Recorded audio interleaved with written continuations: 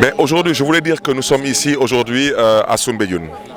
Et quand on parle de Soumbédioune, effectivement, on parle d'un quai de débarquement. Mais à quelques centaines de mètres de ce quai de débarquement se trouve un hôtel 5 étoiles, en l'occurrence le Terrou-Bi, qui a aménagé une marina. Et juste à côté, il y a la fameuse plage du Terrou-Bi, où nos enfants, nos voisins, nos parents viennent se baigner. De par ce qu'on constate aujourd'hui à Soumbédioune, sur le quai de débarquement, c'est extrêmement même dangereux de fréquenter la plage du Terrou-Bi. Parce qu'il y a énormément de risques liés à des maladies de cécité, des maladies liées à la peau, des maladies diarrhéiques, et tout ça, je pense que les autorités sont au courant. Donc nous avons, nous, la responsabilité de sensibiliser nos populations et de tirer sur la sonnette d'alarme. Parce que personnellement, acheter du poisson sur certaines baies, sur certains quais de débarquement aujourd'hui, au vu de ce qui se passe, est même un risque lié à la santé. Et nous savons tous que Dakar est une presqu'île. Donc nous avons comme objectif de sauvegarder tous ces emplois liés à la pêche. Et que ce soit les pêcheurs, que ce soit les mareyeurs, que ce soit nos bonnes femmes qui revendent ce poisson sur ces baies ou sur ces quais, nous devons faire en sorte de pouvoir mettre tout le monde dans des conditions décentes et adéquates de travail et d'émancipation. Me réjouir de cette tournée qui nous a permis de visu de pouvoir identifier certaines problématiques liées à l'eau, mais des problématiques par ricochet liées à l'assainissement, à l'environnement donc. Et ce que nous avons vu et constaté aujourd'hui est un peu alarmant, pour ne pas dire scandaleux. Je l'ai déjà dit, ce forum de l'eau pour la ville de Dakar se veut être un forum de réponse, un forum de solution. Et à ce titre, il faut d'abord identifier les problématiques. Les problématiques que nous avons pu aujourd'hui identifier, que ce soit aussi bien au niveau du canal 6 bis de la commune de Hann-Bel-Air, ici au niveau du canal de la Gueule Tapée, présentement à Soumbédioune. Il y a aussi le canal 4, toujours au niveau de la Gueule Tapée de Fann Point Amitié. Nous avons eu à nous rendre dans la commune de Grand Yoff. On a visité le bassin de rétention qui se trouve au niveau de Grand Yoff. Et partout où nous sommes passés, je pense qu'il y a de la matière qui mérite de trouver des solutions durables et fiables. C'est très important. Et j'ai déjà dit, nous compterons porter ce plaidoyer pour le compte et le nom des populations dakaroises auprès des autorités centrales, donc au niveau de l'État central. Et nous prenons l'engagement de prendre contact avec tous les experts, tous les partenaires techniques et financiers pour essayer de voir comment pouvoir résoudre ces problématiques. Là, nous sommes face à une problématique qui nécessite que de la volonté. Je pense que tous les experts en la matière savent très bien que nous parlons ici concernant le canal 4 ou le canal de la Gueule Tapée, en partie d'un canal, de canaux d'évacuation d'eau pluviale. Donc déjà, il faudrait régler cette problématique liée à tous ces branchements clandestins sur ces canaux, supposés accueillir et évacuer les eaux pluviales.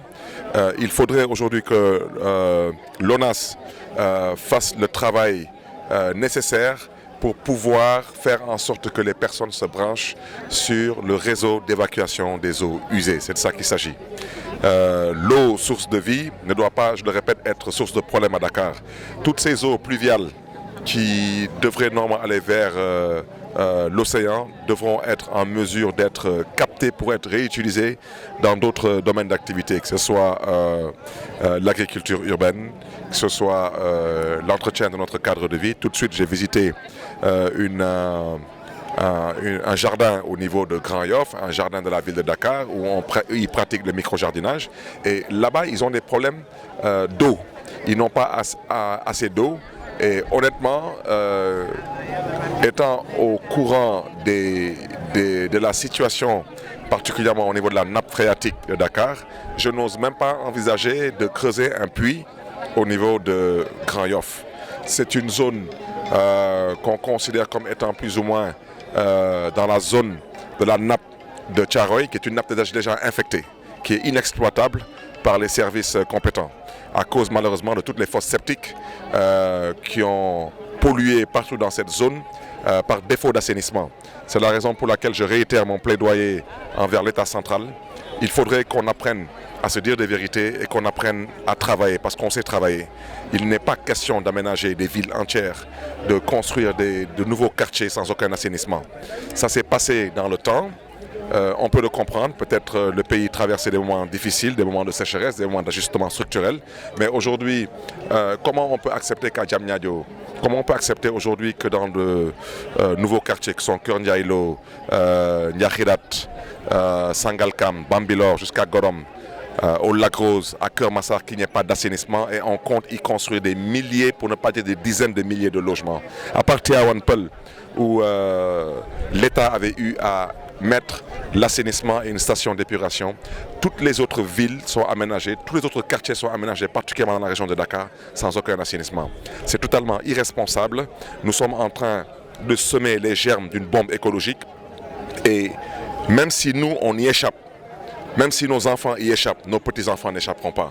Et je communiquerai pour sensibiliser les populations dakaroises et par ricochet les autorités de l'État central sur l'importance de l'assainissement. J'exposerai la carte de Dakar et les gens pourront voir eux-mêmes le vieux Dakar construit, aménagé par les colons, qui est aujourd'hui à l'égout. Donc tout ce qui est Dakar Plateau, des zones comme les SICAP et j'en passe, vous verrez que là-bas la nappe phréatique est toujours exploitable. Et jusqu'à présent, les services compétents exploitent ces nappes phréatiques. Mais quand vous prenez ce qu'on appelle la nappe de Thiaroye, qui est totalement infectée par un manque de volonté d'assainissement. Et je rappelle que l'assainissement n'est pas une compétence transférée. On ne peut pas continuer à se taire. Il y a un responsable, ce responsable s'appelle l'État du Sénégal. Et je réitère mes propos, je ne parle pas de personne, je parle de l'État du Sénégal. Mais cet État est dirigé par des hommes et des femmes, incarné par des hommes et des femmes, et qui par ricochet ont une responsabilité étatique et morale. Et ils sont invités à bien vouloir se ressaisir, parce qu'il y va de l'avenir de cette ville. Il y va de l'avenir des générations futures. Et j'espère que le plaidoyer sera entendu, ne tombera pas dans l'oreille d'un sourd. Et j'espère aussi que ce plaidoyer saura aussi attirer l'attention de nos partenaires, de nos bailleurs, et qu'ensemble, pour l'avenir de cette ville et des générations futures, qu'on puisse avoir un système d'évacuation et de traitement des eaux usées digne d'une capitale qui se respecte. Merci. C'est